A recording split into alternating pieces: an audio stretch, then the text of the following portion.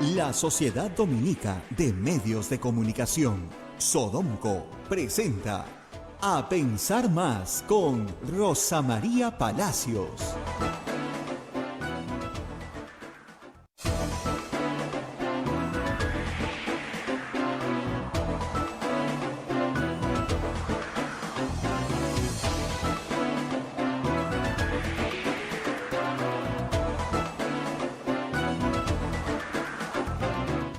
Señoras, señores, muy buenos días. Bienvenidos a Pensar Más con Rosa María Palacios a través de las emisoras de la Sociedad Dominica de Medios de Comunicación, Sodonco. La Sociedad Dominica de Medios de Comunicación está integrada por Radio Santa Rosa en Lima, 1500 kilociclos en la AM, 105.1 en la FM al sur de nuestra capital. Radio Santo Domingo en Chimbote, Radio San Martín en Arequipa, Radio Ucayali en Cepagua, Radio La Convención en Radio Quillabamba en La Convención y Radio Madre de Dios en Puerto Maldonado. Estas son las emisoras dominicas del Perú. Hay otras redes de radios amigas que se unen en este y en otros horarios donde se transmite el programa. Radio Huánuco en Huánuco, Radio La Voz de Ayacucho en Ayacucho, Radio Pública en Puno, Radio Moro en Ancash, Radio Cumbre en Huancayo, es la radio del arzobispado de Huancayo, Radio Milenio en Satipo, Radio Estación Solar en Abancay, Radio Oriente en Yurimagua, Radio Los Ángeles en Cajamarca, Radio San Valentín en Lampa, Radio Activa en Cerro de Pasco, Radio Continental en Guanta, Onda Digital TV nos pone en sus pantallas, AM Tagua nos pone en podcast para que usted nos escuche en cualquier parte del mundo a la hora que usted desee, y las plataformas móviles. Ahorita nos ven por el Facebook de Radio Santa Rosa, el Facebook en vivo de Radio Quillabamba, el canal de YouTube de Radio Santa Rosa y nuestra página web que también está transmitiendo, que es www.radiosantarosa.com.pe. Estamos en todas las plataformas móviles, así que para servirlo a usted. Ya estamos comunicados con Rosa María Palacios. Hoy día es 18 de noviembre y saludamos a Rosa María. Rosa María, ¿cómo estás? Muy buenos días. Muy buenos días, Abel. Muy buenos días a todos nuestros oyentes y televidentes. Rosa María, Sí. Acá te estamos viendo un poquito difuminada.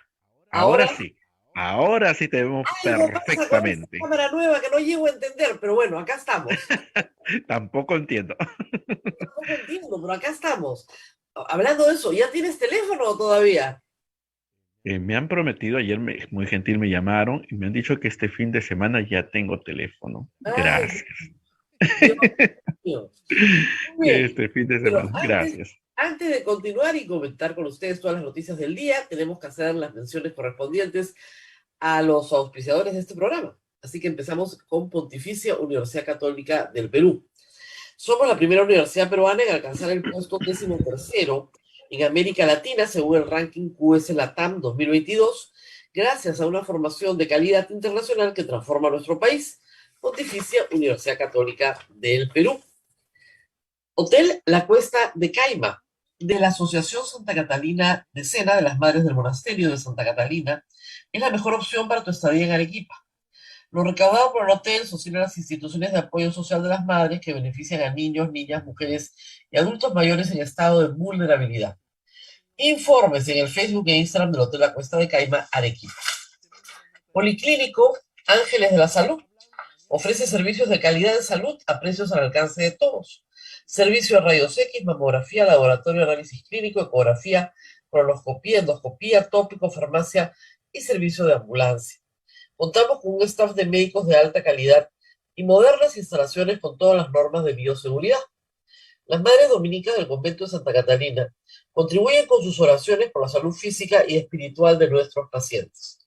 Calle Antero Peralta, A10, Urbanización San José, Humacoyo, frente a la Iglesia del Sagrado Corazón de Jesús en Arequipa.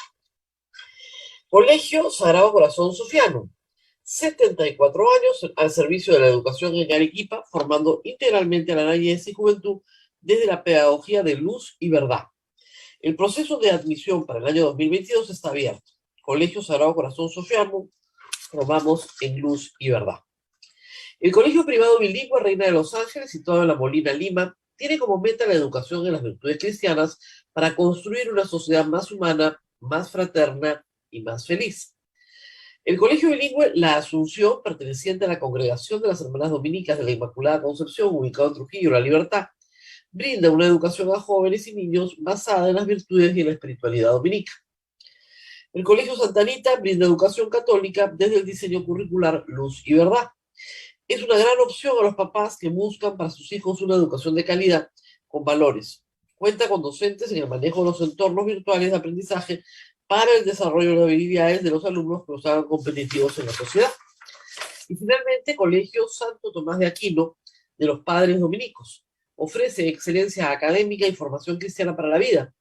Abre el proceso de admisión para el año 2022 para primaria y secundaria. Informes en los teléfonos 987-118509 y 426-3390. Colegio Santo Tomás de Aquino, 129 años formando en valores cristianos. Y bien, hoy día, por supuesto, tenemos bastante camino que recorrer porque ayer han habido novedades importantes, tanto en el Ejecutivo como en el Legislativo. En el Ejecutivo han juramentado 2 ministros. En realidad, el ministro de Produce ha sido una sorpresa, pero también ha sido una sorpresa el retorno del ministro Juan Carrasco. Como ustedes recordarán, el ministro Carrasco juramentó como ministro del Interior el 29 de julio pasado y fue removido del cargo. Se le aceptó la renuncia, bueno, se le solicitó y se le aceptó la renuncia para colocar en el cargo de ministro del Interior al señor Barranzuela, que tuvo que salir casi abruptamente por un incidente de celebración del Día de la Canción Criolla, ¿verdad? Pero tenía varios problemas que nosotros hemos señalado en este programa. Y fue sustituido por el señor Avelino Guillén, también un ex fiscal, en este caso un ex fiscal supremo. ¿Cuál era el problema con el nombramiento de Carrasco como ministro del Interior? Que era ilegal, porque no había renunciado y no había sido aceptada su renuncia como fiscal. Y la ley es bien clara. Cuando un fiscal quiere ser ministro, tiene que renunciar. Pero no solamente tiene que renunciar, sino se tiene que aceptar la renuncia. El señor Carrasco juramentó el 29 de julio sin haber renunciado, pidiendo licencia, nada más. Y eso no es correcto. La Junta de Fiscales Supremos le aceptó la renuncia días después. Actualmente no es fiscal. Actualmente puede juramentar como ministro de Defensa. Sí, puede juramentar como ministro lo que quiera. En su desempeño como ministro del Interior hubieron algunos problemas. Sí, él negó que había tratado de imponer, ¿no es cierto?, que no se le revisara a su equipo de asesores que viajaban con él, el equipaje. Negó una serie de versiones que efectivamente circularon en esos días. Pero está claro que el señor Carrasco ha sido un buen fiscal y no va a estar negociando pues los ascensos, ¿no? Por lo menos eso no va a ocurrir. Entonces, en ese sentido creo que es un buen nombramiento. El señor Carrasco se había venido desempeñando como asesor del ministro de Justicia, habida cuenta que había salido, reitero, abruptamente de su ministerio para colocar ahí a un cercano de el congresista Bermejo, que fue el que trajo de la mano a Barranzuela, y creo yo que el presidente de la República pensó que con eso iba a lograr el favor de la bancada de Perú Libre. La bancada de Perú Libre traicionó al presidente de la República y parece ser que no hay vuelta atrás, ni por parte del presidente ni por parte de la bancada. Aun cuando el señor Cerrón ayer no tuiteó nada sobre los nuevos planos de juramentación, el señor Cerrón le mandaba pues ramas de olivo, le decía es la hora de recapacitar, deja el caviarismo, ¿no? Regresa con nosotros. Mirta Vázquez ganó, y ganó bien. Ha tenido que pelear su espacio, no le ha sido fácil, y ha hecho otro cambio. El señor Incio en Produce sale, y entra el señor Prado. El señor Incio era conocido por ser militante de Acción Popular, cosa que irritaba terriblemente a Acción Popular, porque no había renunciado a su militancia para ser ministro, y podía crear la percepción de que había una alianza con Acción Popular o algún tipo de satisfacción a Acción Popular que algunos dirigentes del partido y algunos congresistas consideraban públicamente inconveniente. Pues bien, ya renunció y entra el señor Prado. El señor Prado es un contador de larga experiencia, tiene maestría y doctorado, que no es común, y ha trabajado, por lo que se ve, toda su vida en el sector privado. Y ha sido auditor del Grupo Romero durante años. O sea, ese ministro designado sí es sector privado puro y duro. Y lo han puesto en producción. Vamos a ver cómo va. Pero no tiene, hasta donde se ve, hasta esta hora, porque uno después nunca sabe, todavía ningún chicharrón revelado. Porque lo que ha pasado con los gabinetes del señor Pedro Castillo es que juran y a los 5 minutos comienzan a salir, ¿no es cierto?, todas las sorpresas a las que nos tienen acostumbrados. Recuerden ustedes, con Barranzuela había un video de hacía pocos días donde Barranzuela instaba en Pichari a la gente a decir no a la erradicación. Él se los decía, ustedes mañana que viene el presidente tienen que decirle no a la erradicación. Y luego juramenta como ministro del Interior.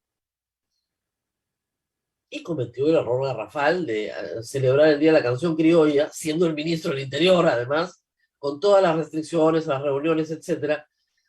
Felizmente, se demoraron, pero lo cambiaron.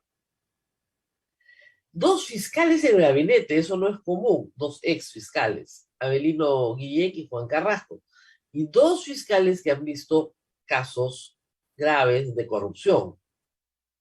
Están muy empapados en el tema de corrupción. Anoche, Nuria Spark, ex ministra de Defensa y ex viceministra de Defensa, porque conoce el sector desde esos 2 asientos, le dio algunos consejos a Juan Carrasco que me parecen muy importantes. Dijo, fíjese, este es un sector muy complejo. Forme un equipo de gente que ya sabe, no que viene a aprender. El único que va a aprender es el ministro. Los demás que están alrededor de él ya tienen que saber. Y es un sector que, gracias a Dios, tiene carrera. Es decir, tiene oficiales de carrera que se han formado en gestión pública. Y están muy bien formados. Entonces, sobre esa base, se puede construir una Fuerza Armada muy profesional, que es lo que se tiene que hacer, ¿no es cierto?, en todos los ámbitos, que son muchos, porque acuérdense ustedes que el Ministerio de Defensa se crea como una estructura sobre 3 armas diferentes, cada una con sus problemas, con sus adquisiciones, con su personal, etc. Así que, por delante, tiene el señor Carrasco un reto enorme. Y también estoy segura que el doctor Avelino Guillén también tiene que enfrentar un asunto muy complicado como es el Ministerio del Interior. No es el primer abogado que es ministro. Y tampoco en el caso del Ministerio de Defensa. Recordemos a Nuria Spark, a Alan Wagner, a Pedro Cateriano. Todos han sido ministros de defensa, vienen del mundo del derecho y les ha ido bien. Así que sí se puede, pero a trabajar. Anoche Mirta Vázquez terminaba el día con un tuit saludando la presencia de los ministros, lo que no es tampoco muy común. Y el mensaje que trasciende ese tuit es, estos son efectivamente designados a propuesta de la presidenta del Consejo de Ministros, como manda la Constitución.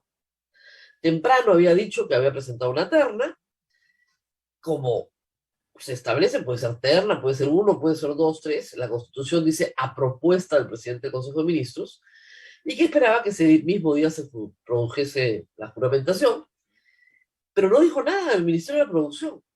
Todavía sobre eso no sabemos qué pasó y qué motivó la salida del ministro. Lo único que tenemos es la constancia de que el ministro se había reunido por más de 2 horas con Mesías Guevara, hasta hoy presidente del Partido Acción Popular. ¿Qué conversaron? ¿Qué motivó su salida? No lo sabemos. El otro ámbito donde hay un anuncio importante, y esta vez sí quiero decir muy positivo, es en el legislativo, en la comisión para nombrar a los miembros del Banco Central de Reserva que corresponde designar al Poder Ejecutivo. La comisión está presidida por el señor Anderson, congresista de Podemos. Él, en entrevista con nosotros, nos dijo que iban a buscar lograr un consenso en una propuesta de buenos economistas, buenos técnicos, y creo que ha cumplido y con creces. O sea que hay que decirle que en esta oportunidad el señor Anderson ha cumplido con lo que ofreció. Los tres son muy, muy buenos economistas, con muy buen currículum y muy buena trayectoria. El señor Carlos Oliva ha sido ministro de Economía y Finanzas, Universidad del Pacífico, creo que Universidad de Georgetown. La señora Inés Choi, larga carrera en el BCR, gerente de operaciones del BCR, economista de San Marcos, pero con maestría en Rice University. Y finalmente Diego Macera, Universidad del Pacífico, maestría en la Universidad de Chicago, una de las más prestigiosas del mundo para economistas. Cualquiera de los tres podría estar trabajando en cualquier lugar del mundo y no en el Perú. Ojo. Igual que probablemente los designados por el Ejecutivo.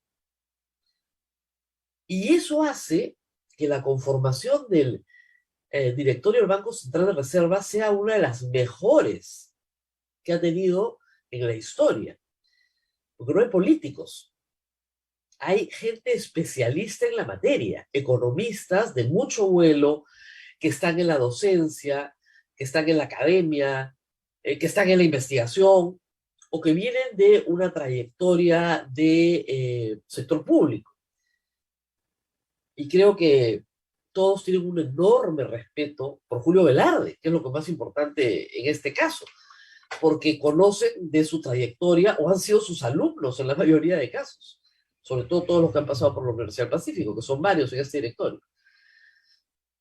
Eso es un cambio muy importante y creo que en el Congreso ya hay consenso, por lo menos hoy día se reporta que Fuerza Popular, Avanza País, Renovación, Podemos, Somos Perú ha dicho que por lo menos por Macera votan de todas maneras porque ellos lo propusieron.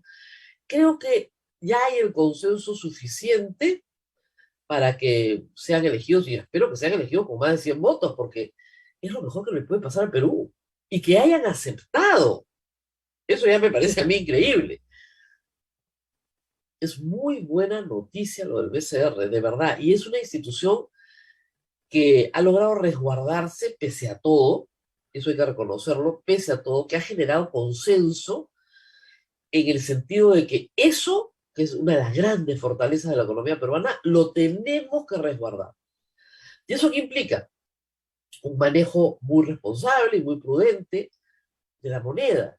Eso significa que se va a controlar a como dé lugar la inflación. Se va a controlar a como dé lugar el tipo de cambio. O sea, significa que la preservación de la moneda es la prioridad. Y eso significa tranquilidad y estabilidad económica para todos los peruanos. En momentos post-pandemia, donde el mundo entero está sufriendo terribles inflaciones, el Perú está aguantando lo mejor que puede porque tiene un manejo muy eficiente del Banco Central de Reserva.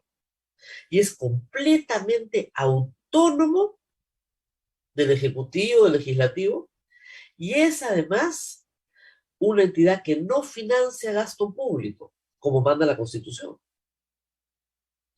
El capítulo económico de la Constitución garantiza que tengamos un Banco Central de Reserva autónomo. Y eso nos garantiza a todos los peruanos que se defiende la moneda peruana, de tal manera que no se deteriora frente a otras monedas. Así que en eso estamos. Y yo te digo, a ver, estoy, la verdad, francamente muy contenta con lo del BCR, muy contenta, porque hemos estado muchos meses muy preocupados. Y lo que estamos viendo es un manejo muy responsable, tanto del Ejecutivo como el Legislativo, en esa materia. Tal vez en otras son unos irresponsables, pero en esa por lo menos se pusieron de acuerdo. Así que esperemos que se vote ya esta semana y que, bueno, ya tengamos un digamos, un PCR con el directorio completo, en funciones y trabajando. El que ha estado también muy locuaz ayer ha sido Pedro Frank, que dice que el Perú está creciendo, ¿eh? A toda mecha. No nos damos mucha cuenta, pero parece que así es. No sé si Abel Mesías están siguiéndome correctamente porque acabo de tener una Sí, interrupción. correctamente, Rosa María, no hay problema. Porque acá tenía una interrupción en mi pantalla y eso me pone un poco nervioso. No, todo bien, todo bien. Todo bien. Bueno, el Congreso hoy día va a ir a votar a los directores de BCR, que espero que sean todos aprobados. Y además hay dos mujeres en el directorio, ¿ah? Roxana Barrantes e Inés Choi. Hace mucho tiempo que no hay mujeres en ese directorio, así que eso es una gran, también una gran noticia, no solo porque son mujeres, sino porque son mujeres tremendamente competentes, que muchas veces son invisibles, están ahí, solo que no las buscan. Siempre han estado ahí, ¿eh? No las tienes que buscar. Y eso es también muy positivo en esta reconformación. Y eso debería marcar una pauta futuro, ¿no? Ya no más políticos, de verdad. No más gente a la que hay que hacerle el favor de nombrar para que tenga una chamba en el Estado. Sino busquemos profesionales. Todos los designados tienen maestrías en facultades de economía de universidades sumamente prestigiosas en el mundo entero, en ligas mundiales. Y reitero, casi todos o todos, también los nombrados por el Ejecutivo, estoy pensando en Rosana Barrantes, en Germán Alarco, son gente que podría, y de hecho ha trabajado mucho tiempo fuera del Perú, porque tienen ese estándar, están en calidad de ser empleados no solamente acá. Entonces tenemos mucha suerte de que estén acá, tenemos mucha suerte de que hayan aceptado, y esperemos que el Congreso vote decentemente y apruebe estos nombramientos para que por lo menos tengamos una institución sólida en el BCR. Ojalá se siguiera, ¿no es cierto?, el mismo camino en el caso del Tribunal Constitucional. Pero de la lista publicada ayer, La República trajo una separata grande con todos los documentos de cada uno de los postulantes, ¿no? Y la verdad que, miren, si hay 3 nombres, es mucho, basta, ¿no? O sea, por el momento bastaría, pero no hay necesidad de nombrar a los 7, ¿eh? O a los 6 que se necesitan ya con mandato vencido, pero, o sea, si hay 3 nombres es mucho. Y es una pena, porque han habido concursos pasados en que también había un nombre, 2 nombres, y lo que se tiene que buscar es lo mismo que se ha hecho con las designaciones para el BCA,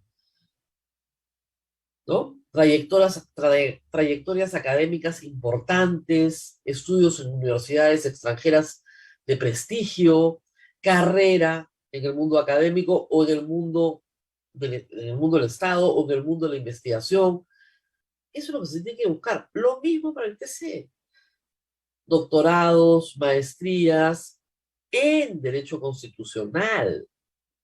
El Derecho Constitucional es una especialización. No es lo mismo ser un abogado tributario, un abogado laboralista o un penalista que ser un abogado en Derecho Constitucional. Eso no quiere decir que el Tribunal Constitucional no vea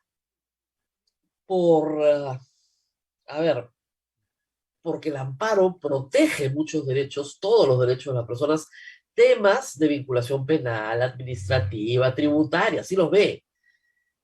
Pero si no tienes una especialización en derecho constitucional, la verdad que francamente no sé qué haces postulando, ¿no? Rosa María, ¿Sí? ya que estamos hablando del TC, el doctor Eloy Espinosa me dice que luego a las 9 tiene audiencia, así que si podemos empezar con él, ya está listo ahí, así es que hacemos una pequeñísima pausa y empezamos con el doctor Eloy, por favor. ¿Ya lo tenemos al doctor Eloy? Sí. Entonces, no se olviden, vamos a la pausa, Rosa María, un ratito, y luego Rosa María comenta lo que falta comentar del día agitadito de ayer. No se olviden que tenemos el PayPal y tenemos nuestra rifa, y luego les contamos todo el detalle. Vamos a la pausa.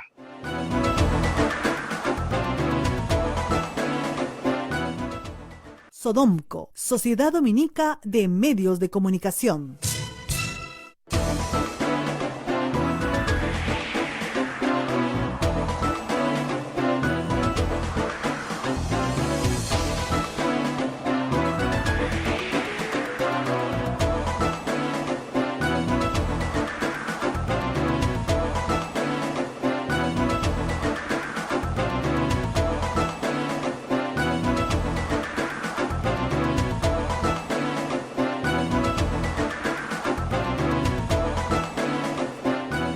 Continuamos con A Pensar Más a través de las emisoras de la Sociedad Dominica de Medios de Comunicación Sodonco, Radio Santa Rosa en Lima, Radio Santo Domingo en Chimbote, Radio San Martín en Arequipa, Radio Cepagua en Ucayali y Radio Quillabamba en la Convención, Radio Madre de Dios en Puerto Maldonado.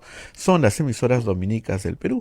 Se une otra red de radios amigas para nosotros en este y otros horarios. Radio Huánuco en Huánuco, Radio La Voz de Ayacucho en Ayacucho, Radio Pública en Puno, Radio Moro en Ancash, Radio Cumbre en Huancayo, Radio Milenio en Satipo, Radio Estación Solar en Abancay, Radio Oriente en Yurimaguas, Radio Los Ángeles en Cajamarca, Radio San Valentín en Lampa, Radio Activa en Cerro de Pasco, Radio Continental en Huanta, Onda Digital TV nos pone en su pantalla de televisión, AM Tawa nos pone en podcast para que usted nos pueda escuchar en cualquier parte del Perú y del mundo. Además también tenemos las plataformas móviles, el Facebook de Radio Santa Rosa, el Facebook de Radio Quillabamba, el canal de YouTube de Radio Santa Rosa, la página web de Radio Santa Rosa, www.radiosantarosa.com.pe. Ahí usted encuentra todos los programas de Radio Santa Rosa. A Pensar Más está colgado ahí de todos los días.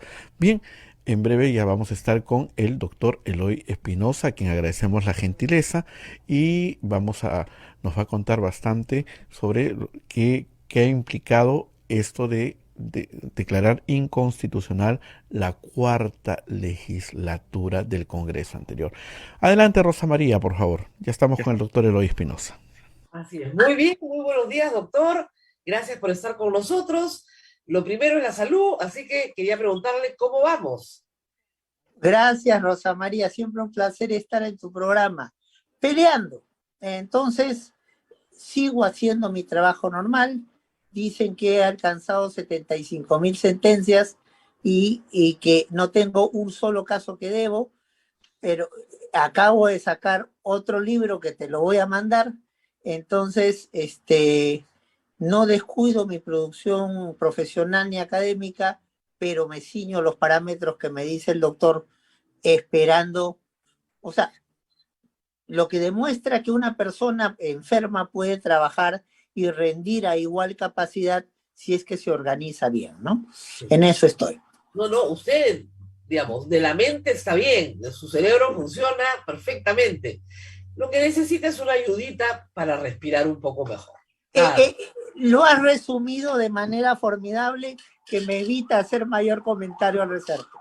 Lo único que añadiría es que si tenemos la posibilidad de donar órganos, donemos órganos, que rompemos con esa tradición que hay en el Perú de el temor de donar órganos y que incluso se puede hacer en vida. O sea, hay personas que pueden vivir con un riñón tranquilamente y le salvan la vida a otra persona, ¿no? Eso creo que no hay que olvidarlo, independientemente de cualquier coyuntura. Y en el caso de hígado también, que se puede hacer. Sí, y el hígado se regenera. Perfectamente. El hígado se regenera y entonces tú puedes estar un tiempo en la clínica o el hospital y mientras se regenera el hígado y después para adelante. Así es. Esperemos que pronto llegue esa donación importante que está esperando, doctor. Pero mientras tanto, vamos a hablar de derecho. Y obviamente también le voy a preguntar después sobre quién es un buen juez, porque justamente el Congreso está abocado a elegir sus sucesores. Pero empecemos por la resolución de la cuarta legislatura. Bueno. Y creo que es interesante esto porque lo que ha hecho el tribunal es recordarle al Congreso que también tiene límites, ¿no es cierto? Que no hay poder absoluto y que no se puede interpretar caprichosamente el calendario para hacer lo que el tiempo no te da para hacer, ¿no es cierto? El capricho del calendario no está permitido para el legislador. Máximo en un legislador que es de un Congreso unicameral. O sea, la labor de un Congreso unicameral es justamente mayor deliberación porque son menos los congresistas que hay. Entonces, y menos porque aquí lo que ha habido consenso es en que no pueden aprobarse leyes de reforma constitucional, pero yo diría, no puede aprobarse ninguna ley. O sea, si la legislatura es nula, entonces todos los efectos son nulos. Ojo, eso yo lo estoy poniendo en mi fundamento de voto que está saliendo publicado hoy. O Así sea, es.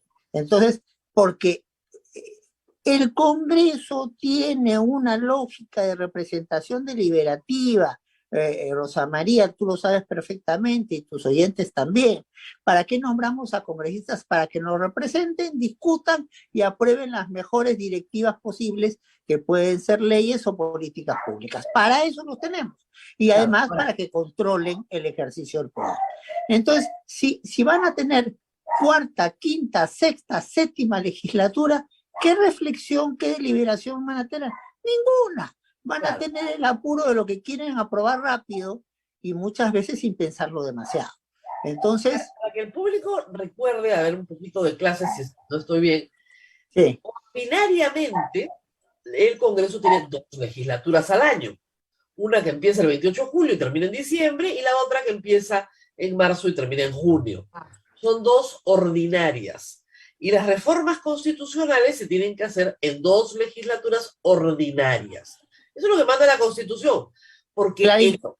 claro, pero ¿por qué? Eso hay que explicarle al público. ¿Por qué quiere, ¿no es cierto?, la Constitución que la gente, digamos, se demore con las reformas constitucionales? ¿Por Por qué? la naturaleza de la norma, porque la reforma constitucional no es un añadido o una comprensión de las reglas de juego, es un cambio de las reglas de juego.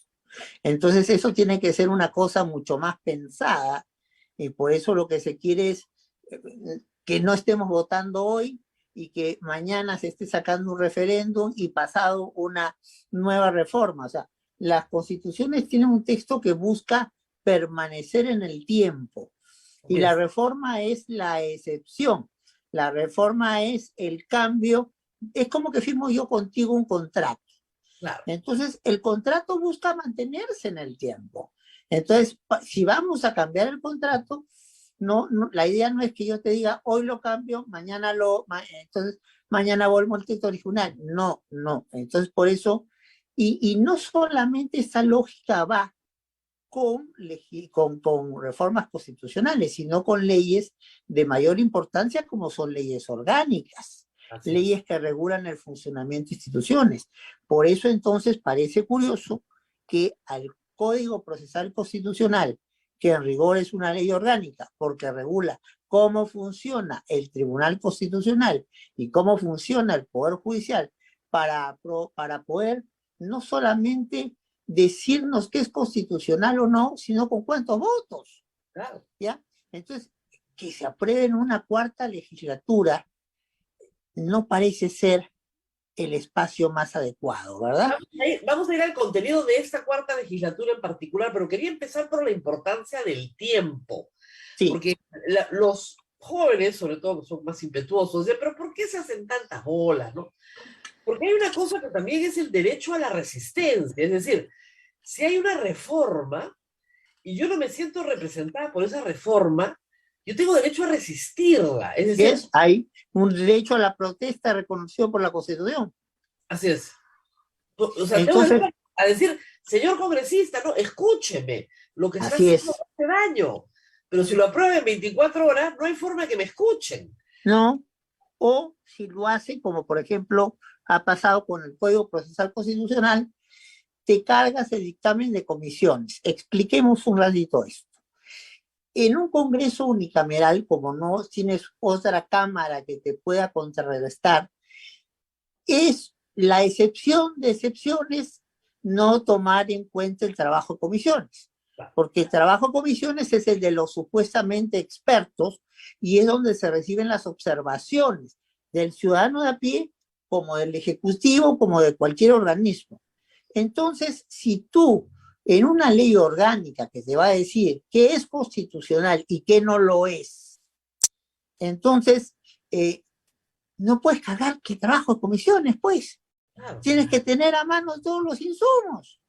Y lo que han hecho en esta votación, porque lo metieron también al caballazo en una legislatura, tú bien has dicho, las legislaturas son de mayo a julio, esta legislatura fue de un mes.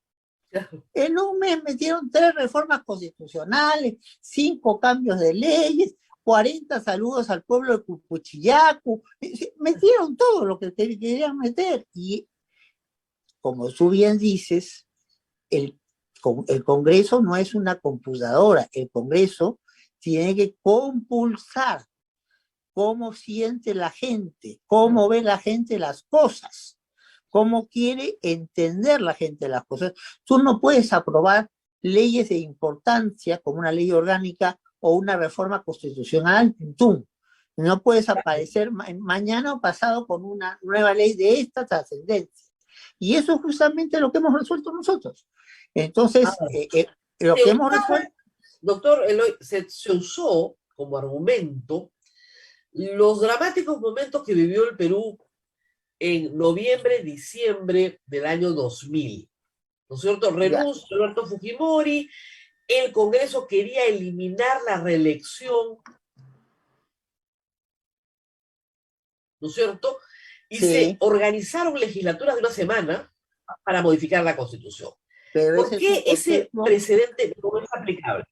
Porque no es precedente, porque fue un acuerdo que se hizo incluso con el apoyo de la OEA para darle gobernabilidad al país. Claro. Es una situación absolutamente excepcional. Y lo pactaron todos los... Claro, fue por unanimidad, casi por unanimidad. Y además con la supervisión de la OEA. Estaba el señor Stein aquí como representante de la OEA. O sea, fue un acuerdo político ante un momento de crisis donde un presidente se fugó del país y nadie sabía qué hacer. Entonces, todas las fuerzas políticas se pusieron de acuerdo con la supervisión de la OEA y acá no es, y es un caso completamente distinto. Acá fue la mayoría de ciertas fuerzas que querían aprobar algunas cosas al tuntún que le impusieron al resto, entonces una mini legislatura ordinaria para meter una serie de proyectos al caballazo. Ahora, no son situaciones comparables. Se le atendió al Congreso en este programa. Yo hablé con el señor Luis Valdés varias veces y dije, eso no se puede hacer. Porque además, entiendo que ustedes han aprobado la resolución por unanimidad, ¿verdad? Sí, a ver, sí en 2 aspectos. Okay. Primero, en que no se puede hacer una cosa así. Primero, y segundo, vamos a ponernos en lo amplio, ¿no? De acuerdo, en lo sensato. Y segundo, en que obviamente no se puede aprobar reformas constitucionales así. Donde no hay acuerdo, y lo vas a ver en los fundamentos de voto, es, y todo lo otro que hizo el Congreso, ¿qué? Claro, ahí sí hay matices, claro, pero lo que sí me parece importante, desde el punto de vista de la jurisprudencia del tribunal, que le quede claro a todos los imaginativos congresistas que no se puede hacer, que está mal. Bueno, ahora, hay que decir algo sobre este Congreso saliente, que a pesar de haber durado un poco más de un año, tiene un récord en materia de cuerpos legislativos, que es la cantidad de normas declaradas inconstitucionales por el Tribunal Constitucional. Creo que ya vamos en la 5ª o 6ª, ¿verdad? Bueno, yo lo que quiero aprovechar es para hacer un comentario.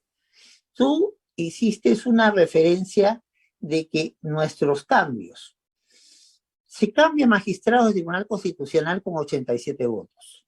Este Congreso en ninguna votación ha conseguido 87 votos. Ah, no, sí, viene lento el problema. Sí, lo sabemos. Porque incluso votando serronistas a favor de la propuesta de cambio de la cuestión de confianza, que es también un tema que estamos discutiendo en el tribunal, llegaron 84. Así es. Entonces, por lo cual, nosotros tenemos una obligación de quedarnos porque, tú sabes, el artículo 10 de la ley es muy claro. Si nosotros no vamos, se pierde un expediente y vamos presos. No, entonces, claro. Se pierde una silla en el tribunal y vamos presos. Estamos atados al cargo. Y eso significa que hay que mirar coyunturas que vienen mucho más recientes. O sea, el tribunal en la primera semana de diciembre tiene que nombrar nuevo presidente. Y con una composición de 6, el presidente tiene una importancia significativa, porque tiene casi en todas las causas doble voto. Claro. Entonces, y además tienes un código procesal constitucional en el cual sin ninguna justificación ha subido a 5, curiosamente, porque claro, hacías 4 con el voto de calidad de la presidencia, ha subido a 5 los votos para los competenciales. O sea, hoy día no podrías ratificar la decisión que se tomó, por ejemplo, con Vizcarra. Claro, con la disolución del Congreso. Exacto. Ahora, terminemos primero con lo de la cuarta legislatura. Ahora sí vamos al contenido. La cuarta legislatura que se inventa, que pudo haber sido la misma legislatura ordinaria extendida. Ya no les alcanzaba, porque tenían que tener para las leyes de reforma 2 legislaturas ordinarias. No. Está claro que las leyes de reforma constitucional caen. Esas caen todas, ¿verdad? Ajá. Eso está claro para los 7 miembros del tribunal. Eso está claro para los 6 miembros del tribunal. Para los 6, disculpe. El doctor Ramos siempre presente, pero hubiera opinado lo mismo, creo, pero en fin. Sí, no, sin rubor. Pero regresemos al tema central. Entonces, estas reformas ya tenían una votación. ¿Podría este Congreso hacer la segunda votación de esas reformas? Sí. Perfecto. Yo creo que sin ninguna duda. O sea, Perfecto. Si este Congreso se cumple el pleito, podría hacer las 3 reformas que se aprobaron. Así es. Y subsana esta situación que tú bien has dicho. Todos tenemos que tener respeto de las reglas de juego, incluso el Congreso. Y una de las reglas de juego son los tiempos para discutir las normas más difíciles. Así es. Es que en el derecho el tiempo es casi un curso, porque el tiempo es muy importante. Los plazos, el paso del tiempo genera relaciones jurídicas. Entonces hay que estar muy, muy seguro de la importancia del tiempo en el mundo del derecho. Así es. Pero bueno, no vamos a dar una clase acá sobre ultraactividad. Me encantaría, pero creo que no es el espacio.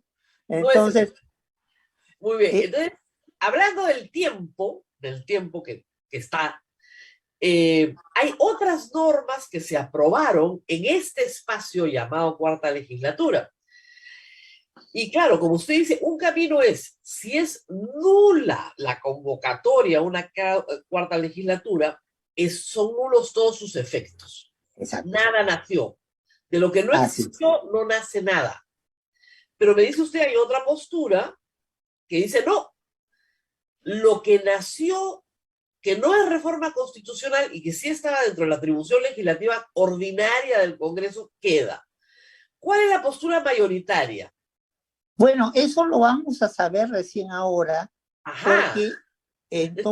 Porque para hoy hemos quedado como fecha última de entrega de tú sabes que hay una coincidencia en la sentencia, pero puede haber fundamentos de voto. Por supuesto. Entonces yo planteo mi fundamento de voto, está bien, estoy de acuerdo en estas 2 cosas que ha planteado el ponente, pero yo digo, si la convocatoria es nula, a mí me enseñaron desde el primer ciclo de Derecho que así es, o sea, si un órgano que no es competente para convocar, o sea, ni tú ni yo no somos competentes para convocar el Congreso, pero lo convocamos, y esa convocatoria es declarada nula, todo lo que hiciste en esa convocatoria no va.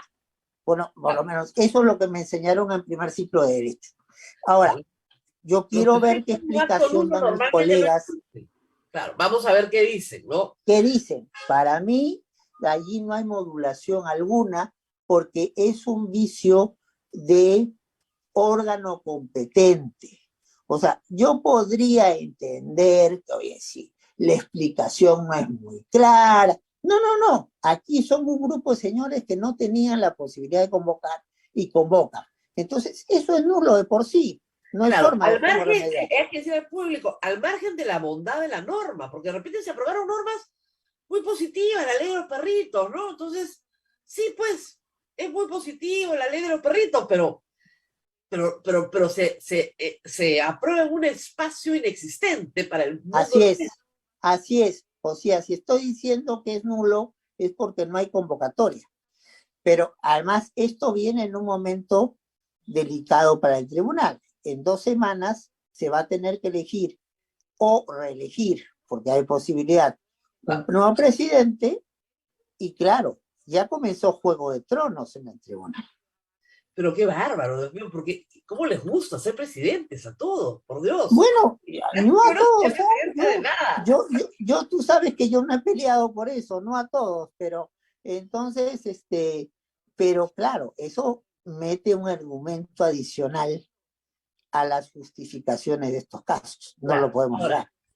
A ver, de lo que recuerda usted sobre el contenido de esta legislatura, repasemos. 3 reformas constitucionales, esas sí son nulas. ¿Sobre qué versaban estas reformas constitucionales? En realidad, una de ellas es un saludo a la bandera, que es este asunto que el presidente de la República se quedara 1 año en el país, el juicio de residencia. Oye, estamos en un mundo moderno donde están interconectadas todas las centrales de riego, yo no necesito tener a Sagasti, a Vizcarra, ahora a Castillo, 1 año sentado en el Perú para poder saber qué cuentas tiene, si ya tiene dinero en offshores, digamos, estas cosas que querían los franceses por la galería, o sea, para que la gente crea que estás presionando, pero en realidad no tiene ningún sentido. La segunda reforma constitucional que aprobaron tiene que ver con la mejora del tratamiento del patrimonio cultural. Eso es una cosa en la cual podemos ponernos todos tranquilamente de acuerdo en una nueva legislatura. O sea, no va a cambiar el mundo, pues. La tercera era la más delicada, era la que le permitía al contralor poder entrar a revisar reserva bursátil, o sea, tu plata en el banco, tus operaciones en el banco, y reserva tributaria. Eso sí es de privados, así es. Así es. No de trabajadores del Estado. Rosa María Palacios McBride, ¿cuánto tiene de plata en el banco? ¿Qué operaciones hace en el banco? Si tiene, ¿qué dice su pago de tributos? Ella recibe recursos de cuarta, de quinta, ¿cómo va deduciendo sus pagos? Eso sí es peligroso. Eso sí yo creo que requiere un mayor análisis. Como juez constitucional no puedo decir que es constitucional o no, pero sí es un tema delicado. Ahora, ¿qué leyes se aprobaron? Porque también ahí viene lo importante. Se aprueba nada menos que el Código Procesal Constitucional. Claro. O sea, ahí es donde te cambio el sentido de los votos, de cuántos votos se necesita para sacar una sentencia como constitucional e inconstitucional. Yo creo que esta era, en realidad, la importante, ¿no? La razón de la legislatura es yo no soy político, pero me parece que el objetivo claro iba por esos lados, ¿no? Y otra vez el pedido del Contralor de que se le habilite su procedimiento administrativo, que nadie tiene nada contra que él haga control, pero claro, si el control va a ser una causal es que porque Rosa María Palacios McBride ha tenido un comportamiento que es indigno de la cultura, de lo que corresponde a un cargo público, pues con eso todos podemos ir presos, ¿no? Entonces, el acto, sí, claro. Entonces, lo que se le ha pedido siempre al Contralor es, bueno, reserva de ley, o sea, las sanciones se ponen en una ley, no en un reglamento, taxatividad, que es lo que estamos explicando, que estén claros, entonces, 2 tipos, y tipicidad, especificación de comportamiento. Eso es lo que se le pidió, se le declaró inconstitucional la primera vez esto, y ha insistido en el Congreso con la misma propuesta. O sea, son temas delicados, no son temas que se pueden aprobar al tuntún. Entonces, y que deberían... ¿Qué sobrevive? Las reformas constitucionales no sobreviven, así que espero que si el señor Sagasti quiere irse a descansar unos días a Costa Rica, donde él ha vivido muchos años y tiene familia, sí. puede hacerlo, ¿no? Ahora, doctor, hablemos del proceso de selección. Ayer se publicaba en el diario La República una separata extensísima con currículums, en fin, todos los formatos solicitados. Parece un tanto innecesario, ¿no? Talar un bosque, la verdad, pero en fin, ya talado un bosque desde el punto de vista ecológico me parece un poco innecesario. Bastaría con tener una buena página web para ponerlo.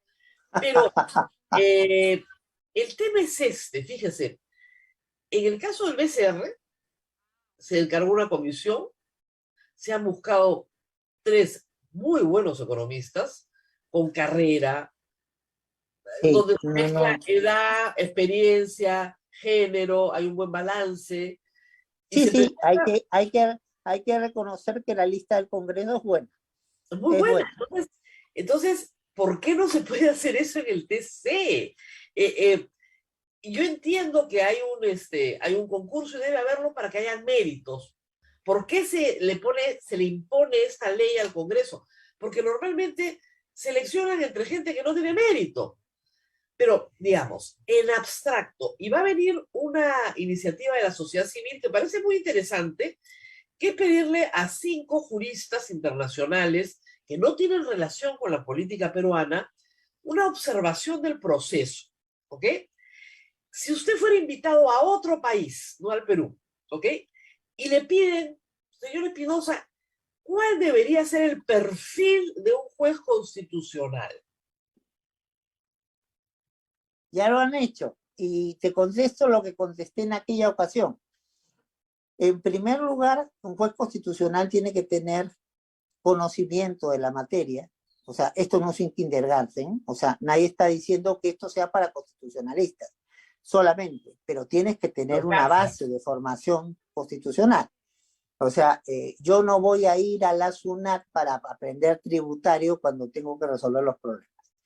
Y independencia, imparcialidad, fuerte compromiso con valores democráticos. Hay que entender que en el Tribunal Constitucional uno no va a ser el protector de los intereses económicos de ningún grupo, ni de los intereses políticos de un grupo. No es un agente político, no es un agente económico, es alguien que lo que tiene que es interpretar su constitución aplicando los tratados internacionales. Eso te diría como, digamos, núcleo duro, eso no se negocia. O sea, si no se tiene eso, dedíquese a otra cosa. O sea, entonces, después hay otras situaciones que son importantes, obviamente habilidades blandas, de poderse manejar en un colegiado. En un colegiado no es fácil ponerse de acuerdo muchas veces. Y sobre todo, entonces, hay que entender que tú vas con una propuesta y a veces la propuesta es una propuesta que tienes que coordinar cosas, ajustar cosas. O sea, no, que esto sale como yo quiero que salga, porque así tiene que salir, no funciona. Tienes que tener habilidades blandas para poder, sin sacrificar principios, poder generar consensos. Eso hay que decir, hago acá un paréntesis, tal vez el público no lo sepa, pero en el mundo del derecho es muy difícil que a un abogado que se considera una vaca sagrada le cambien una coma de su resolución porque le da pataleta. ¿Ya? Y Entonces, sobre todo cuando tú eres el menor en la historia del tribunal. claro. Tiene eso porque el grueso de los que están ahí han sido profesores tuyos, pero ahora Claro. son colegas del mismo nivel y tú tienes que decirle, mira hermano, cambió la comprensión. A veces los más jóvenes estamos más actualizados, por ejemplo, de la jurisprudencia de la Corte Interamericana y las obligaciones de decir, oye, doctorcito, y hace 2 años la Corte Interamericana le ha dicho al Estado peruano y a todos los estados que han suscrito la Convención Americana que tienen que hacer esto. Entonces ya no es una cuestión de que me gusta o no me gusta, sino una obligación que el país ha asumido internacionalmente. Claro, y como en cualquier otra profesión, y lo que acaba de mencionar es muy importante, hay un nivel de actualización permanente. Yo vivo sorprendida. Lo que yo estudié como derecho constitucional, Es otra cosa. y claro, la base es la misma, o sea, eso no cambia. Hay cosas que son permanentes, ¿no? Pero hay criterios jurisprudenciales todo el tiempo que innovan, innovan, innovan. La innovación es permanente. Entonces, si No, no es... no. Si tú no eres una persona dispuesta a estudiar todos los días, Claro, en una semana dejaste de ser magistrado. Sí, ese es el problema, demanda mucho estudio. Yo le digo eso, mucha gente a mí me cree, no sabe la cantidad de estudio que tienes que tener. Y además, problemas sociales que son emergentes. Por ejemplo, le pongo un problema, no se lo voy a dar porque probablemente lleve a tribunales. El Estado puede obligar a la gente a vacunarse. Es un tremendo dilema constitucional. Sin duda. Tienes que ponderar dos derechos, ¿no? La libertad de elegir un tratamiento médico y la libertad de los demás a sobrevivir. Y algunas o por lo menos a no considerarse en riesgo a sobrevivir. Exactamente. Entonces, algunas cortes ya están pronunciándose, otras todavía no han llegado los casos, pero eso implica que el magistrado tiene que estar también atento al mundo en el que vive. Así es. Y que puede adaptarse a los tiempos. Entonces tiene que ser al mismo tiempo una persona muy flexible en su criterio. Y tiene que estar al tanto de que si hay estas adaptaciones, cómo justificar estas adaptaciones para que no haya la mala interpretación. Ah, no, porque es otro se vendió, cambió de criterio. No, no, no, señor. ¿Qué pasa? El Perú suscribe un compromiso internacional y tiene que cumplirlo. Entonces, Claro. Entonces, yo no es que me guste o no me guste, pero tengo que cumplirlo. No hay otro camino. Claro, Entonces, los criterios cambian y eso es mantenerse al día, eso es tener mucho acceso a información, mucha comunicación con los pares en el mundo. O sea, así es. Yo ayer congresos. he salido de dictar, después de mi hora de trabajo, obviamente, una conferencia para explicar cómo en el Perú, de hacer un país que la Constitución del 93 había suprimido muchos derechos económicos, sociales, culturales y ambientales, los ha desarrollado jurisprudencialmente, básicamente a través del tribunal. ¿Qué es lo que hemos hecho? Y claro, y es útil para otros países que están pasando el mismo proceso. Entonces, o países como Chile, que está armando una nueva constitución, con lo cual las reglas de juego cambian completamente. Entonces, ¿y a qué me atengo? Mira, bueno, nosotros cuando nos entregaron una constitución prácticamente sin derechos sociales, comenzamos a mirar que teníamos una cláusula de derechos implícitos, comenzamos a mirar la jurisprudencia que nos obligaba del sistema interamericano, teníamos tratados que nos obligaban, como el convenio 169 sobre pueblos indígenas, y fuimos construyendo de a poquitos. Y después comenzó. Eso hay que recordarle a la gente, no todos los derechos están en la Constitución y no tiene Así es, así es, así es. Al ciudadano que lea el artículo 3 de la Constitución, por favor. Entonces, ahí está todo. Lo que no está, está. Así es. O puede estar. O puede estar. Porque mañana puede haber un clon humano de Rosa María Palacios y ese Claro. clon humano hay que definir si es su hermana, su hija, si tiene nivel, y eso tenemos que definirlo en base precisamente a este tipo de coberturas. Yo siempre digo, Oye, te voy a tener que dejar, querida, porque estoy entrando ya a sesión de pleno, pero muy siempre bien, un placer estar contigo. Mucha suerte y hoy día conoceremos el detalle. Gracias por haber estado con nosotros. Muchas gracias, hasta luego. Deseándole, además, como siempre, gracias. Mucha salud. Abel, en lo que hemos conversado con el doctor Eloy Espinosa es muy interesante porque a mí siempre me hace recordar mi afición por el derecho constitucional, que fue una de las cosas que más estudié cuando estudié derecho y en estos años también, pero nos ha dado varias directivas sobre lo que se debe buscar en un magistrado constitucional. Y lo que se tiene que buscar es una vocación por el estudio permanente, porque tienes que leer mucho todo el día. ¿Qué están haciendo en esta corte? ¿Qué están haciendo en esta otra corte?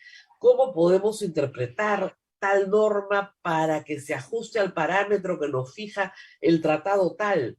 Y luego lo que dice habilidades blandas. Y en las habilidades blandas también está la de comunicar. Felizmente, la mayoría de los magistrados que han pasado por el Tribunal Constitucional en general han sido docentes. Entonces, sí tienen capacidad docente, porque tienes que explicar muchas veces cosas que pueden ser tremendamente complejas y que el público tiende a a simplificar o a veces a sobresimplificar, vaciando del verdadero contenido, ¿no? Alguien podría decir, no, pues se tiran abajo a la cuarta legislatura porque no les gustó la reforma del Código Procesal Constitucional. No es eso. Es, primero, en abstracto, esta cuarta legislatura no puede existir. Ahora, luego vamos a ver cuáles son las consecuencias jurídicas de eso. De plano, hay consenso en que las reformas constitucionales no proceden. Pero hay que discutir ahora, y eso creo que va a ser lo más interesante, cuáles de las leyes van a sobrevivir.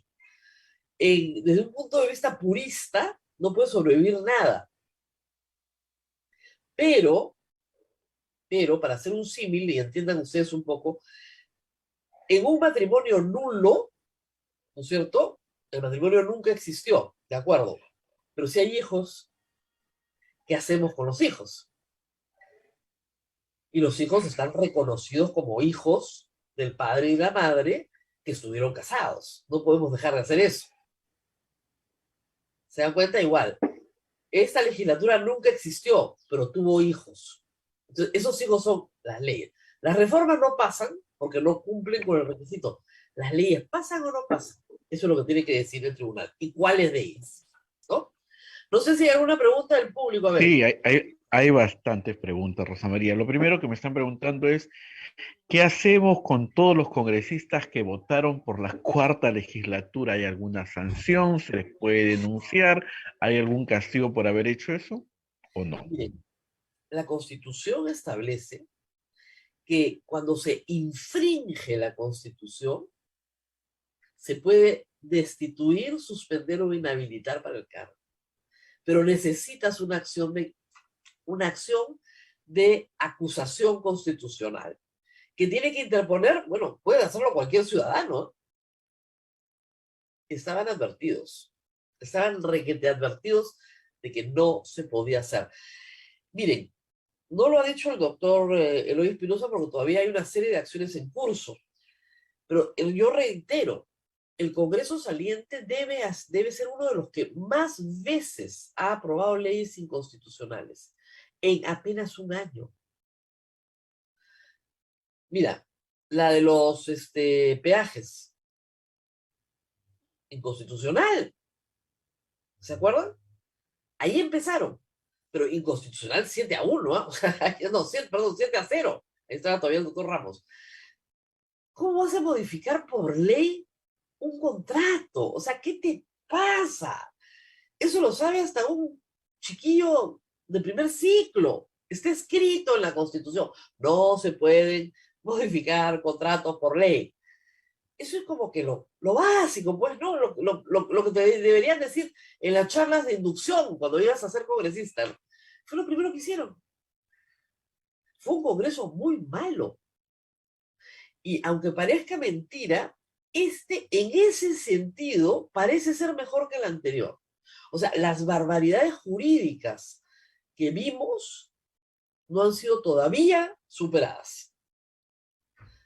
Ya empezaron, ¿no? Porque esto de la cuestión de confianza, por supuesto que es una barbaridad jurídica, yo supongo que va a llegar muy pronto a conocimiento ya del tribunal y esperemos que se resuelva, pero está mal hecho, pues.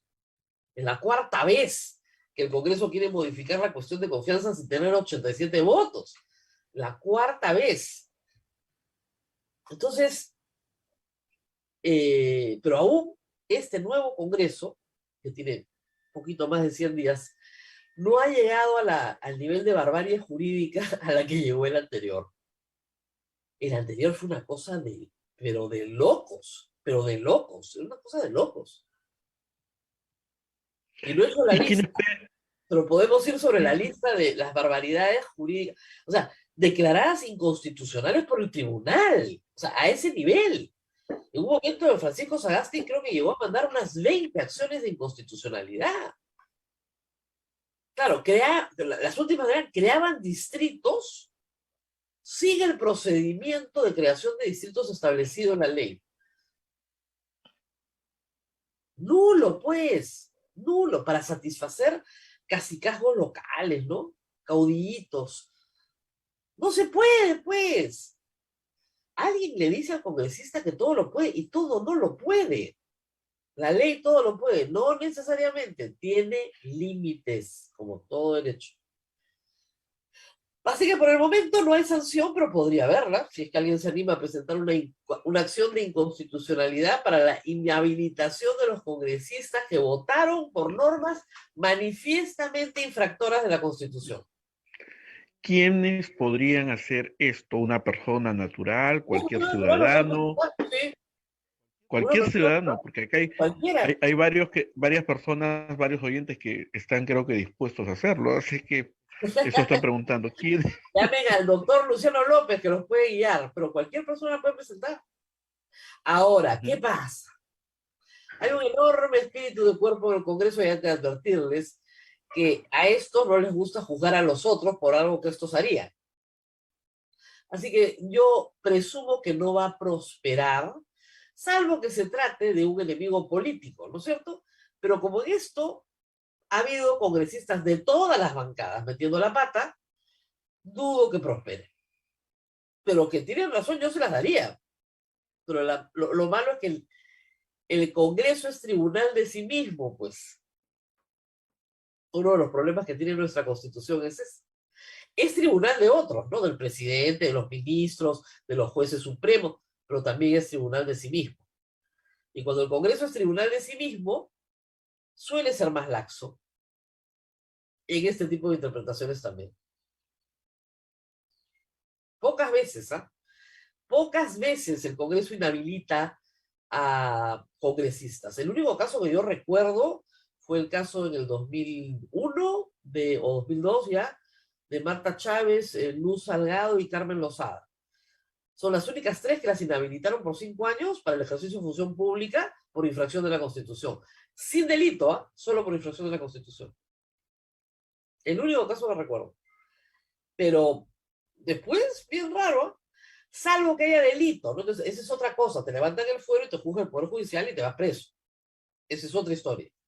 Pero por infracción de la Constitución, de ministros sí, varios casos, pero de congresistas, bien difícil, ¿eh? Bien difícil. ¿Qué más, Abel? ¿Qué más preguntas hay a esta hora de la mañana? Preguntan acá qué implica gasto, tiempo. Gasto, tiempo, paciencia, dolor, exposición pública, todo lo habido y por haber. Todo, gasto, tiempo, todo. Pero primero sentarte y hacer una buena demanda, ¿no? O sea, no se trata de presentar cualquier cosa. Una acusación constitucional implica recoger toda la información. Y miren, a veces hasta desde el punto de vista académico puede ser un excelente ejercicio para estudiantes, ¿no? De armar un caso, presentarlo y decir, señores, el Tribunal Constitucional ha declarado inconstitucional todas estas normas. En todas estas normas participan estos congresistas, que advertidos estaban una y otra vez de que lo que estaban haciendo era inconstitucional, porque era manifiestamente inconstitucional. Vamos a ver qué dice el Congreso. Ya que hablamos de juicios, hay una pregunta que nuestros oyentes están haciendo. ¿Se le puede hacer juicio político al presidente Castillo? Solamente por los 4 delitos, que no son delitos, algunos son delitos, otros no, pero los 4 supuestos que están en el artículo 117 de la Constitución, que es impedir el funcionamiento del Congreso. Espérense un segundo, porque me gusta citar con propiedad y como estoy en la biblioteca se los puedo dar en un instante. Acá está. A ver. Siempre hay que citar bien. En el artículo 117, si no me equivoco, porque a veces la memoria es ingrata, dice lo siguiente. El presidente de la República solo puede ser acusado, ese es el juicio político del presidente de la República, durante su periodo por traición a la patria, que es un delito gravísimo, ese es un delito, está en el Código Penal, ¿ok? Impedir elecciones presidenciales, parlamentarias, regionales o municipales, que también es un delito. Pero impedirlas, muy bien. Disolver el Congreso, salvo los casos previstos en el artículo 134 de la Constitución. O sea, se para el presidente y dice, disolver, juzgado, ¿ok? y por impedir la reunión del Congreso o el funcionamiento del Jurado Nacional de Elecciones y otros organismos del sistema electoral. Estas son las únicas razones por las cuales el presidente de la República puede seguírsele un juicio político durante su mandato. No hay más. No hay ninguna otra causa. Dice, el presidente solo puede ser acusado. Nada más. Eso es todo. No hay más.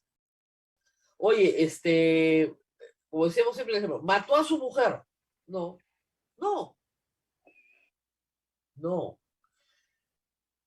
Hemos visto que le roban la billetera a otro presidente que vino de visita. No. Primero tiene que dejar de ser presidente.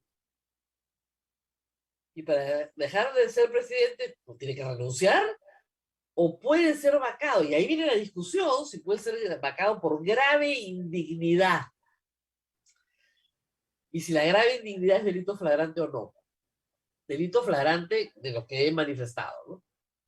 Pero no puede ser acusado por su mandato. No hay juicio político al presidente de la República.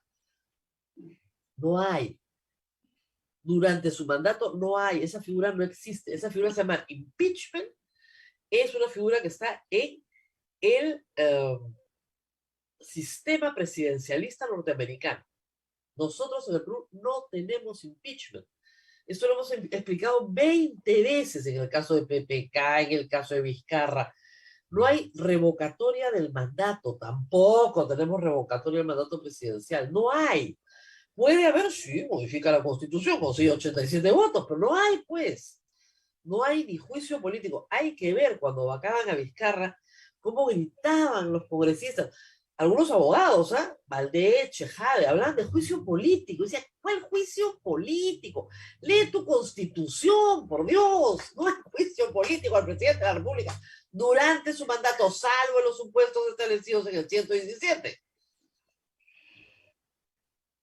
Ay, ay, ay. ¿Qué más, Abel? Preguntan acá, ¿y por qué nunca funciona el código de ética en el Congreso de la República? Porque es administrado por ellos mismos. Así es. Son juez y parte. Digamos, porque el juez soy yo. O sea, yo me porto mal y yo me aplico mi castigo. Entonces, tiendo a creer que no lo voy a aplicar muy bien. Una propuesta del Congreso disuelto, no del Congreso anterior donde estaba Guido Lombardi, era justamente crear un órgano extraño al Congreso, ajeno al Congreso, de personalidades mayores, de gente, digamos, de enorme trayectoria social que la hay, y que estas personas juzgaran la conducta ética de los congresistas y establecieran las sanciones correspondientes. Y que podría ser, no sé, casi tendrías que llamar a religiosos, más o menos. Profesores de ética, filósofos, ¿no? Que se sienten y digan, mire, esto que está usted haciendo no está bien. ¿Y por qué no está bien? Y además, miren, a veces no hay una ética necesariamente punitiva, ¿no? Sino más bien formativa. Hay personas que llegan al Congreso que dolosamente cometen faltas éticas. Pero hay personas que llegan al Congreso y que en la más absoluta ignorancia, porque no tienen una discriminación moral muy desarrollada, cometen faltas éticas. Y luego tú te das cuenta que, pobre gente, ni siquiera entiende la maldad que ha hecho. Impresionante, ¿eh? Pero es así. Y yo creo que esas acciones podrían ser tremendamente formativas, ¿no? Para personas que llegan con muy poca base ética a la función pública. Ayer con Susel Paredes nos reíamos de, por ejemplo, personas que vienen del sector privado y dicen, no, es que acá hay que hacerlo como en el sector privado. En la más absoluta ignorancia. Y en la más absoluta ignorancia, en el sector privado, tú no vas preso por equivocarte. En el sector público sí. Entonces es muy complicado, muy complicado. En fin. ¿Qué más, Abel? ¿Qué más tenemos hoy día? Aprovechando el tiempo, porque nos dejó sola Sí, el doctor Eloy Espinosa. el, el caso que ayer de verdad ha causado preocupación, porque eso consideramos como periodistas un ataque a la libertad de prensa, el caso Gracias por hacerme del acordar. señor, del señor Acuña, que quiere 100 millones de soles y le A ver, pide 100 millones de soles a Christopher Acosta, ¿no? Esto es de primero verdad, ubiquémonos, ¿no? Ningún periodista que yo conozca tiene 100 millones de soles, ni aunque lo pares de cabeza. Christopher Acosta tampoco, yo menos, ¿no es cierto? Entonces, es una forma de amedrentar, es amedrentamiento. Y ahí está el problema. El abogado del señor Acuña puede pedir lo que quiera, que señalen bienes libres para pagar la reparación, sí, puede pedir lo que quiera. El problema es que el juez le conceda lo que pide. Y yo espero que el juez no esté loco, ¿no? Primero, porque en el caso de Christopher Acosta no hay ninguna difamación, salvo que el abogado esté detrás de Penguin Random Books, que es una transnacional de libro, y que ya lo quiero ver, ¿no es cierto?, en un juicio internacional, defendiéndose al señor Acuña y su abogado por el daño reputacional que puede reclamarle el día de mañana Penguin Random Books. Es que esa no la han pensado, creo, ¿no? Es increíble. Tiene que ser un kamikaze el abogado, ¿eh? Yo cuando leí, dije, bueno, esto va a estar interesante. Primero, mi solidaridad absoluta con Christopher Acosta y con ay, ¿cómo te llamas? El editor, ayúdame. Jauregui, Jauregui. Ya, sí, es contra él también, me parece. Ujú. Y No, hay dos, la empresa editorial. la empresa editorial, el editor y el autor. Y además lo increíble es que el señor Acuña primero dijo que no lo iba a leer, después dijo que no lo iba a acusar, y luego dijo, su abogado, que hay 100 frases ahí sobre las que Christopher Acosta tiene que responder. Son frases de terceros que hablan del señor Acuña. Y son sus parejas, su esposa, sus hermanos, ¿no es cierto?, sus empleados. Hay jurisprudencia uniforme en la Corte Suprema que señala que ningún periodista puede ser responsable por los dichos de un tercero. ¿O no lo sabe el señor abogado? O sea, imagínense ustedes, yo invito a cualquier persona a este programa. Esa persona viene, yo le hago 3 preguntas y dice barbaridad y media de una que no está presente.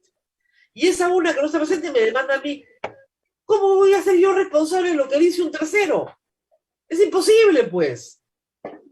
Christopher Acosta ha recogido las declaraciones en entrevistas que tiene grabadas de una multitud de personas. Ninguna de esas personas se ha presentado a decir, ese no es mi dicho, porque además lo tiene grabado. Ninguna de esas personas ha dicho, eso no es mi dicho. Ninguna. Y el señor Acuña lo demanda por los dichos de terceros. Ese es su abogado. Bueno, hay que ver sus abogados también, ¿no? Luis Valdés, que era su mano derecha, es el padre de la 4ª legislatura. Miren cómo ha terminado. Entonces, al señor Acuña decirle que cambie de abogados o que cambie de actitud. Porque cuando termine esto, la editorial, que finalmente es una transnacional, lo puede llevar a un juicio en otro lugar, más neutral, digamos, donde le demanden 100 millones de dólares por daño reputacional. Y puede ser entretenido de ver. Puede ser entretenido de ver. Entonces yo, si fuera el señor Acuña, me andaría con un poquito más de cuidado, hablaría con mi abogado, le preguntaría qué cosa es este editorial, de qué tamañito es en el mundo, cuánto calza, ¿no?, para ver el patadón que me van a meter, y luego voy a pedir 100 millones de soles.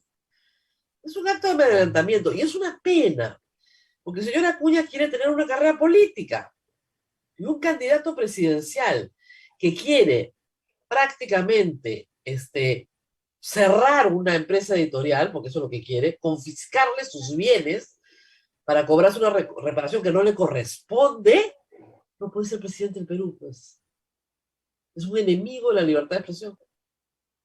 Solito ha jugado mal sus cartas, ¿ah? Muy mal jugado. Oh, el señor Acuña. Yo creo que Edo Porlana ya ha salido trasquilado. Y eso sí, yo les recomiendo a todos leer el libro, ¿ah? El libro es muy interesante, porque Christopher Acosta no acusa al señor Acuña de nada. Los que hablan son personas cercanas al señor Acuña. Y no lo acusan de delitos, lo acusan de faltas de carácter, de no asumir responsabilidades respecto a otros, de evadir responsabilidades, de solucionarlo todo con plata. Por eso el libro se llama Muy Bien Llamado, además Plata como Cancha, porque es solucionarlo todo con dinero.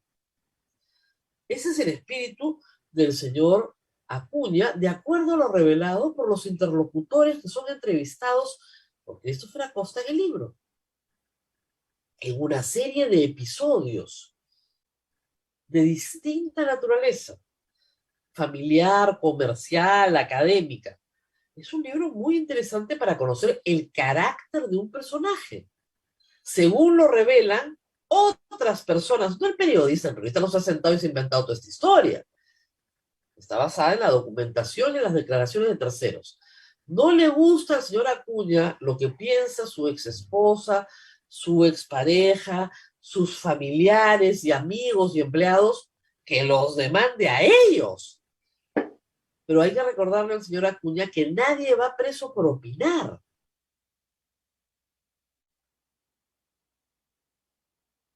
Y si yo opino que mi hermano no se portó bien conmigo, a pesar de que quedamos bien, pero él no se portó bien, y lo pongo en un libro, yo no voy a ir preso por decir eso, ¿eh? No es delito decirlo. Y no hay nada en el libro,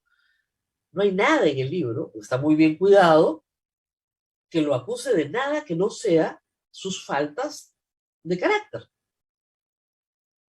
Ahora, el libro le reconoce muchos méritos también. El mérito de haber construido un imperio, de haber construido, digamos, una fortuna gigantesca.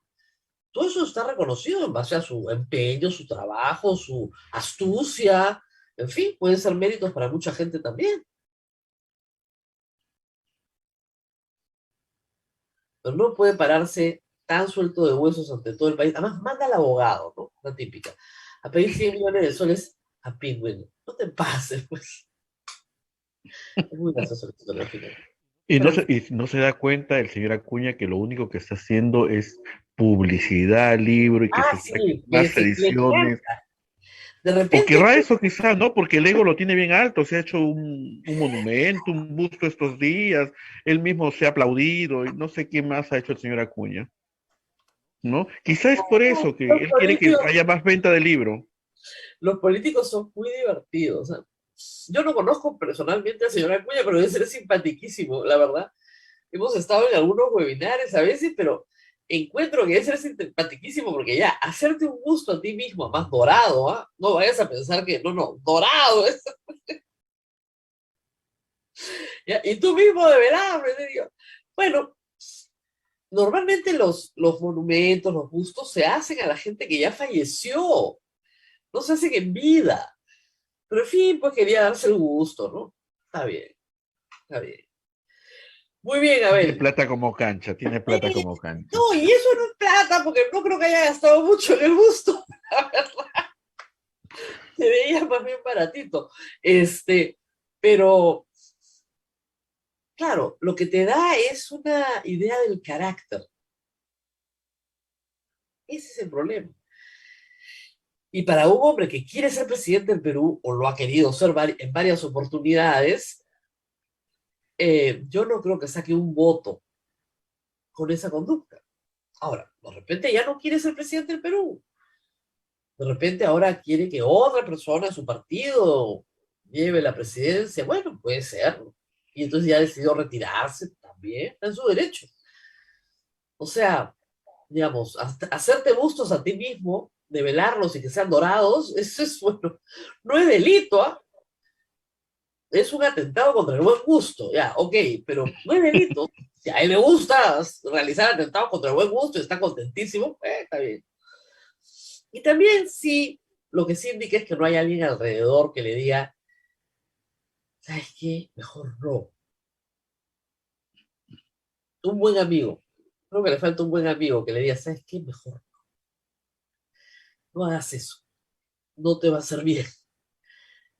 Pero muchas veces los políticos tienen pocos amigos y un ego muy grande. Y esa es una mala combinación. Muy bien, Abel. Nos tenemos que ir a ver.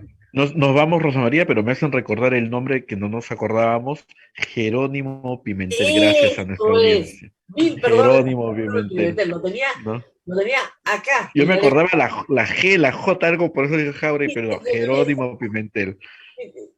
Oye, pero además es una persona encantadora. No me salía el nombre, no me salía el nombre.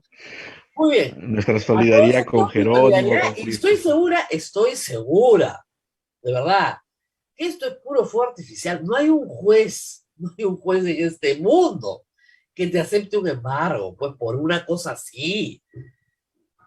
No hay, pues. O sea, y si lo hay, a ese juez hay que quejarlo, pues, al día siguiente, ante la Junta Nacional de Justicia, porque es una barbaridad lo que está haciendo. Está violando más o menos, ¿qué te puedo decir? La Convención Interamericana de Derechos Humanos, ¿no? O sea, a ese nivel. Eso es una barbaridad. Ahora, puede ser que los abogados del señor Acuña, pues, no lo están asesorando bien, ¿no? Puede ser. No le están explicando las cosas bien. Ojalá se deje asesorar mejor. Como digo, tenga amigos, gente que le diga, oye, ¿sabes qué? Esto no es bueno para ti. Ojalá. Muy bien, Abel. Bien, Rosa María, nos vamos hasta el día de mañana. Se quedan algunas preguntas que mañana vamos a tratar de absolver. Bien, Rosa María, cuídate mucho y nos reencontramos mañana. No se olviden que tenemos el PayPal, Quería agradecer también a María Pía de Arequipa, que nos ha ayudado desde Arequipa, la ciudad de Eduardo. Arequipa, muchísimas gracias. Y no se olviden de nuestra rifa, Rosa María. Nuestra rifa es del próximo 10 de diciembre y los premios son platita contante y sonante, 5 soles, es barato. Pueden ir a la gente BSP, el número de cuenta, depositan, es 193-22 00353, ahí está en pantalla, _087, el ticket, el voucher, le toman una fotito y lo envían al 959-679662 y nos están ayudando, porque aquí no recibimos un centavo partido por la mitad del gobierno, y nunca en los 65 años hemos recibido nada, así es que realmente ya creo que entendieron, porque ya hay pocos insultos del mermelero. Señor, yo vivo de rifas, por Dios, ¿qué quiere que haga? No es una cosa de locos. Insultan a una radio pastoral, ¿se puede imaginar? Sí, vamos a pedir una bula. En la biblioteca del convento, que invito a visitar, por supuesto. Lindo. Preciosa biblioteca. Una biblioteca obviamente colonial. Hay una bula ahí afuera que dice que el que se roba un libro más o menos se va al infierno, ¿no? Vamos a decir acá también lo mismo, pero una bula que diga, el que diga que recibimos dinero del Estado se va al infierno. O se va al purgatorio, se va al purgatorio. Vamos a hacer más buena gente, se va al purgatorio. Así es. Sí. Cuídate, Rosa María. Nos vemos hasta mañana. Mañana, chao.